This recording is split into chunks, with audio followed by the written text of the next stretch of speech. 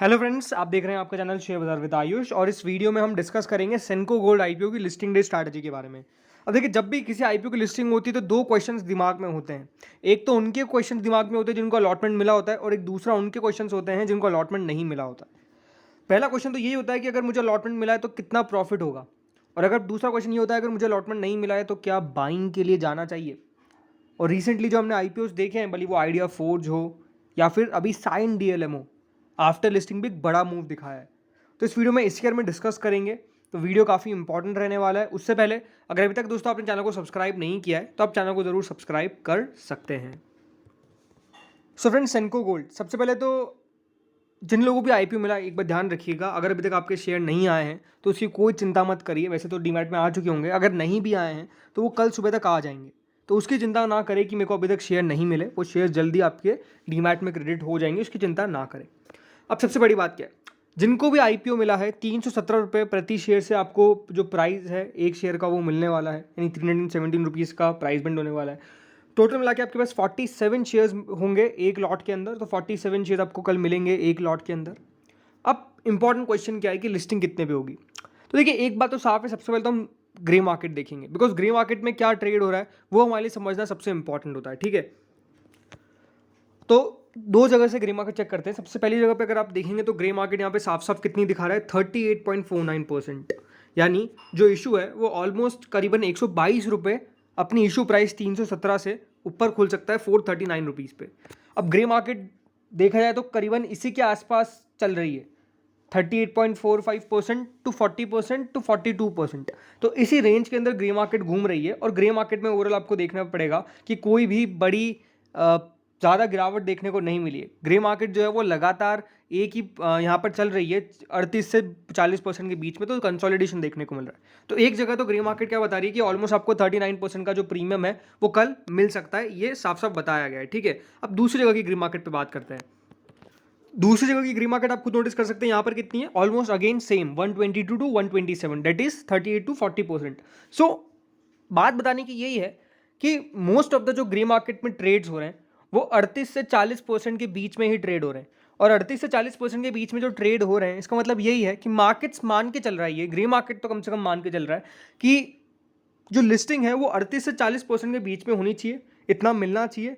इससे थोड़ा नीचे भी हो सकता है और इससे थोड़ा सा ऊपर भी हो सकता है। तो सबसे पहले तो देखिए, मेरी बताने की कोशिश क्या थी, मेरी बताने की वो कोशिश थी जो करंट ग्रे मार्केट चल रहा है और करंट ग्रे मार्केट में कितना यहाँ पर मिल सकता है।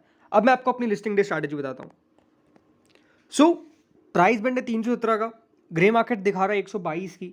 यानी अगर प्रॉफिट देखा जाए ना, कितना बन सकता है प्रॉफिट बन सकता है दोस्तों अराउंड 5734। अगर मैं एग्जैक्ट ग्रे मार्केट को लेके चलता हूँ, ग्रे मार्केट ये कह रही है कि करीबन 5734 रुपये के आसपास आपको मिल सकते हैं यहाँ पर एक लॉट में। ठीक है, अब देखिए मार्केट्स की अगर मैं बात करता हूँ तो सबसे इंपॉर्टेंट आपको जब भी लिस्टिंग होती है ना तो दो तीन पर्सपेक्टिव देखने पड़ते हैं। सबसे पहली बात तो वैल्यूएशन, कि जो इंडस्ट्री का प्रीमियम, जो इंडस्ट्री का प्राइस टू अर्निंग चल रहा है और जो स्टॉक का प्राइस टू अर्निंग है उसके आसपास होनी चाहिए। दूसरा क्या है, पीयर्स।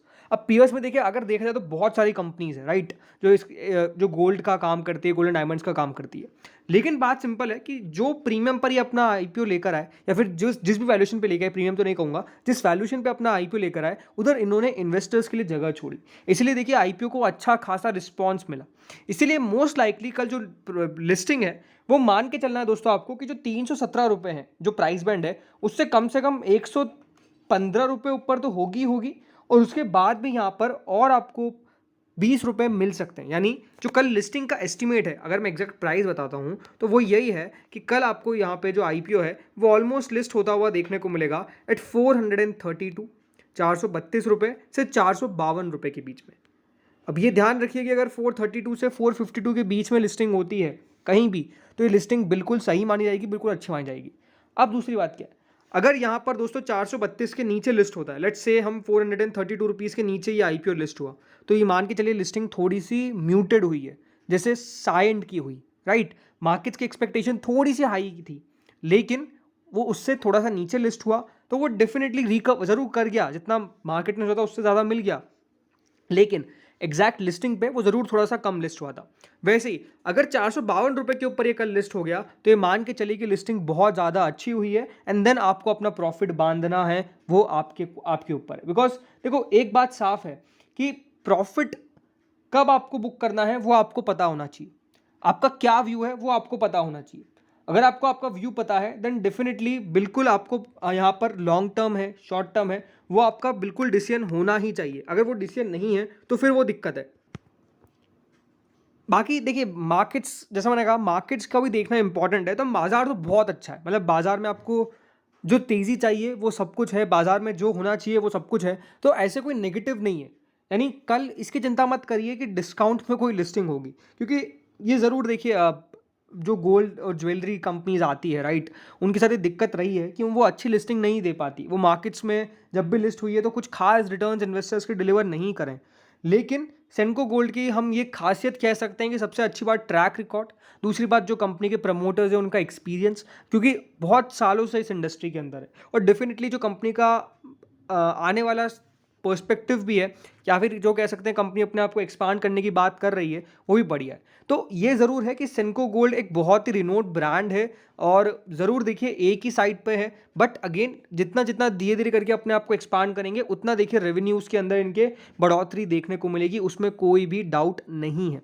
तो मेरे हिसाब से जस्ट एक व्यू बनाना है, बाकी प्रॉफिट की संभावना तो देखिए साफ बात है कि आपको 115 रुपये तो मिलने चाहिए प्रति शेयर कम से कम, मेरा मानना ये है। ठीक है, यानी 115 रुपये का मतलब क्या है कि करीबन 5,400 रुपये मिलने चाहिए, और उससे लेकर 117 से 115 से 130 रुपये मान सकते, 135 रुपये मान सकते जो मिल जाएगा, यानी ऑलमोस्ट देखिए 5,400 से 6,300 के बीच का मुनाफा पर लॉट पे आपको होना चाहिए। 5,300 टू 6,300 के बीच में प्रॉफिट जो है वो एटलीस्ट यहाँ पर मान के चलिए होना चाहिए। इतना मुनाफा हो सकता है, इसके बीच में मुनाफा हो सकता है। लोअर रेंज है हमारी 5,300 और अपर रेंज है यहाँ पर 6,300। इसके बीच में जो प्रॉफिट है कल दोस्तों होना चाहिए, इसकी एक्सपेक्टेशन काफ़ी हाई है, ये मैं आपको कह सकता हूँ। बाकी लिस्टिंग अच्छी होगी। अगर आप मुझसे पूछेंगे क्या इसको लॉन्ग टर्म के लिए रखना चाहिए, कंपनी बुरी नहीं है, लॉन्ग टर्म के लिए रखा जा सकता है। लेकिन अगर आपने सिर्फ उस पर्सपेक्टिव से लगाया था कि मैं लिस्टिंग गेन लेकर निकल जाऊंगा, तो फिर आपको पता है कि आपका स्टॉप लॉस क्या होने वाला है। मैं आपको अपना स्टॉप लॉस बता देता हूं कि मेरे लिए स्टॉप लॉस क्या रहेगा, बिकॉज बहुत इंपॉर्टेंट है वो हमारे लिए समझना। तो ये बात ध्यान रखिए कि अगर ये 400 रुपये के नीचे जाता है तो एक बार स्टॉप लॉस आप लगा सकते हैं। वैसे तो मैं यही कहूँगा कि जो भी मार्केट्स में जिस भी लेवल पर इसकी लिस्टिंग हुई वहाँ से 5% नीचे का स्टॉप लॉस बिल्कुल सही रहता है, उसको स्टॉप लॉस मान के चलिए। बिकॉज वो एसएल जब दोस्तों आपका रहेगा तो फिर आपको नुकसान भी होगा तो ज़्यादा नहीं होगा, एटलीस्ट 5% का आपके पास कुशन रहेगा।